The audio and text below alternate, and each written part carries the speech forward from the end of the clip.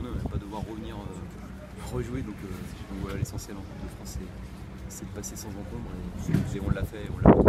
Est-ce qu'on laisse du jus d'énergie dans un match comme ça? Oui, forcément, parce que l'attention n'est pas la même. De jouer dans la peau du favori, c'est toujours un peu délicat et c'est surtout un exercice périlleux d'enchaîner des matchs de championnat 2 où on avait forcément on avait une grosse attente sur ces matchs-là.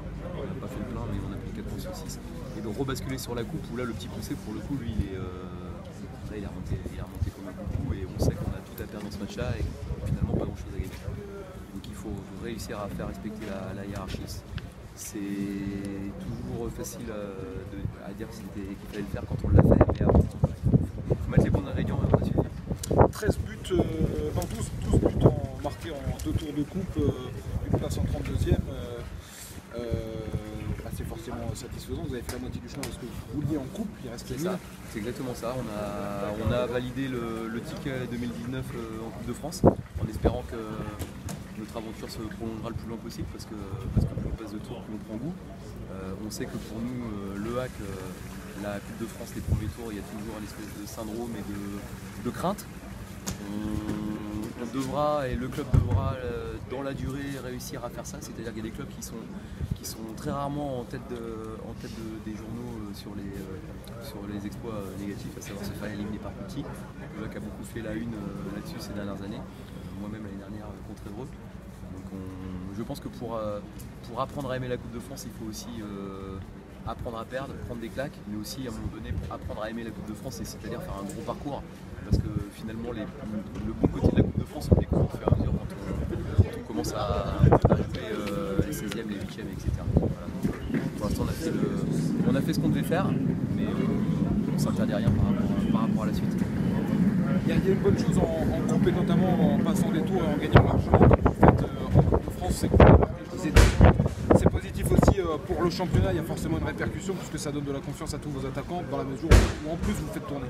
C'est vrai qu'on fait tourner, on donne du temps de jeu à d'autres, on se sert aussi de la Coupe de France pour des plus jeunes parce qu'on voit même ce soir dans un match contre une R3 la mise en route a été difficile pour certains parce que ça demande des ingrédients, il faut avoir un peu de métier pour jouer ces matchs-là, mais c'est des bonnes expériences pour mes jeunes.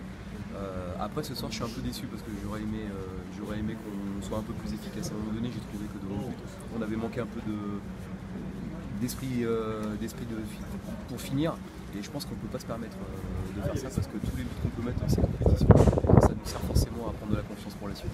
Maintenant il y a nos attaquants qui ont marqué, quasiment tous, c'est une bonne chose.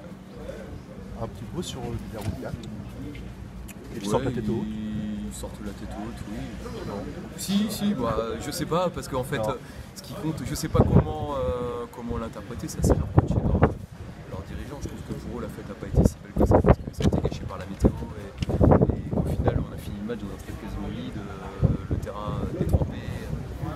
Voilà, après, il faut toujours retenir l'ensemble du parcours. Je pense que pour eux, ce qui va compter, c'est que demain et après-demain, ils prennent le temps de regarder tout ce qu'ils ont fait, parce que pour arriver au 8e tour quand on joue R3 ça demande de gagner beaucoup de matchs, et voilà, en ça leur parcours est beau. Après on était au courant de la qualité de cette équipe, dans son championnat, de ses ambitions, mais je pense que de dominer son championnat comme elle le fait, c'est pas non plus quelque chose de très utile en Coupe de France, parce que ça t'enlève le goût de la lutte. Et quand tu es habitué à lutter, que tu arrives en Coupe de France, tu sais le faire. Quand tu es habitué à beaucoup gagner, à marquer beaucoup de buts, forcément, même si tu joues en gros et que tu te dis qu'il faut s'accrocher, des fois c'est un peu plus dur. Voilà. Et puis on avait à cœur de montrer quand même avec une équipe de professionnels et pas de stagiaires, on allait faire le coup.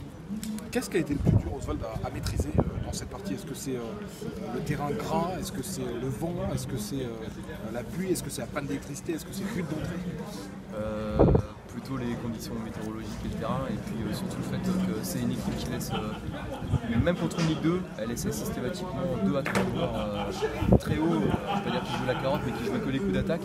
Et quand tu engages beaucoup de joueurs pour animer et pour contourner un bloc, et tu sais que tu peux te faire prendre, et on a mis l'impact dans certaines zones du terrain, mais à chaque fois qu'on mettait de l'impact, on avait un coup franc contre nous. Donc c'est de s'ajuster au niveau de l'arbitrage, qui n'est pas un arbitrage de Ligue 2. Forcément il y a un déficit de puissance en face. Ça donne des coups francs, et en fin de première mi-temps notamment il y a des coups francs toutes les 30 secondes pour eux. On sait qu'ils sont un coup franc. Et R3 ou Ligue 2, il n'y a pas de différence. Un ballon dans la boîte, du vent, un ballon qui fixe. Il y a toujours cette possibilité pour l'adversaire de scorer.